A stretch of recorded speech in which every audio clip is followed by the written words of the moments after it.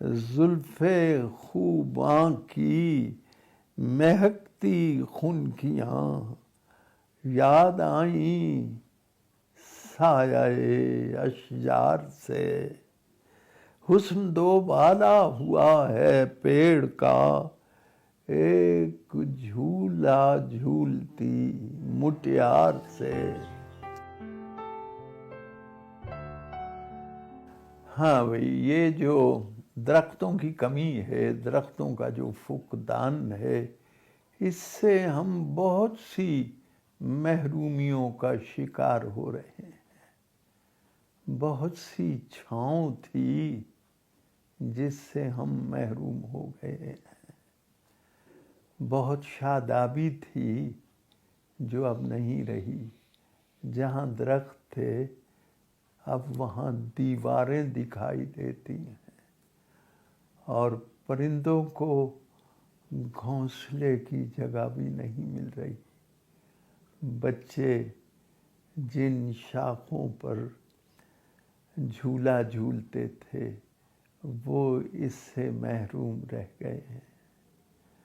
تو بہرحال اور بہت سی خرابیاں پیدا ہوئی ہیں درختوں کے کم ہو جانوں سے، پیڑوں کے اس طرح اجڑ جانے سے۔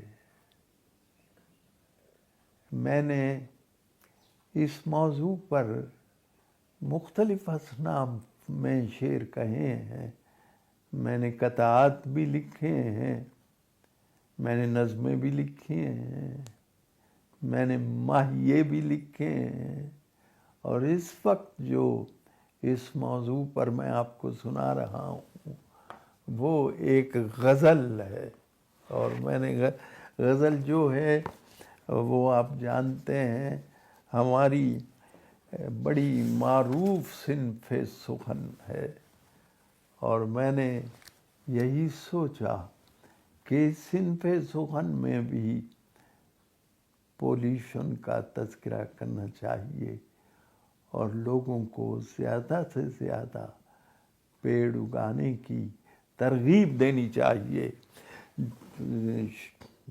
غزل ملاحظہ کیجئے، جیسے کٹتے ہیں تبر کی دھار سے، کاش پیڑ اگتے اسی رفتار سے، زلف خوباں کی مہکتی خنکیاں یاد آئیں سایہ اشجار سے، حسن دو بالا ہوا ہے پیڑ کا، ایک جھولا جھولتی مٹیار سے، نیک نامی ایک شہ خوش ذوق کی، اب بھی وابستہ ہے شالامار سے، اس کے آنگن جس کے آنگن میں شجر ہوں، پھر اسے کیا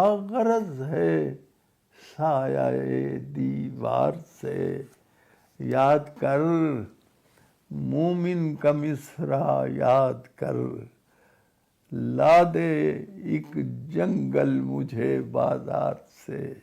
اس میں یہ چھوٹی سی وضاحت کروں گا کہ دنیا کی بیشتر یورپ کی زبانوں میں اور یہ لفظ جنگل موجود ہے، یہ لفظ بازار موجود ہے، اور پتہ نہیں مومن کو بھی یہ بات پتہ تھا کہ نہیں تھا۔ ہاں جی، جنگل اور بازار اردو میں، فارسی میں، پنجابی میں، انگریزی میں، سب زبانوں میں موجود ہیں یہ دو لفظ۔ یاد کر مومن کا مصرع، ہو سکتا ہے مومن کو بھی نہ پتا ہو۔ یاد کر مومن کا مصرع یاد کر، لا دے ایک جنگل مجھے بازار سے، انور آ پہنچی ہے پھر فصل بہار، پھر چھلک اٹھا چمن مہکار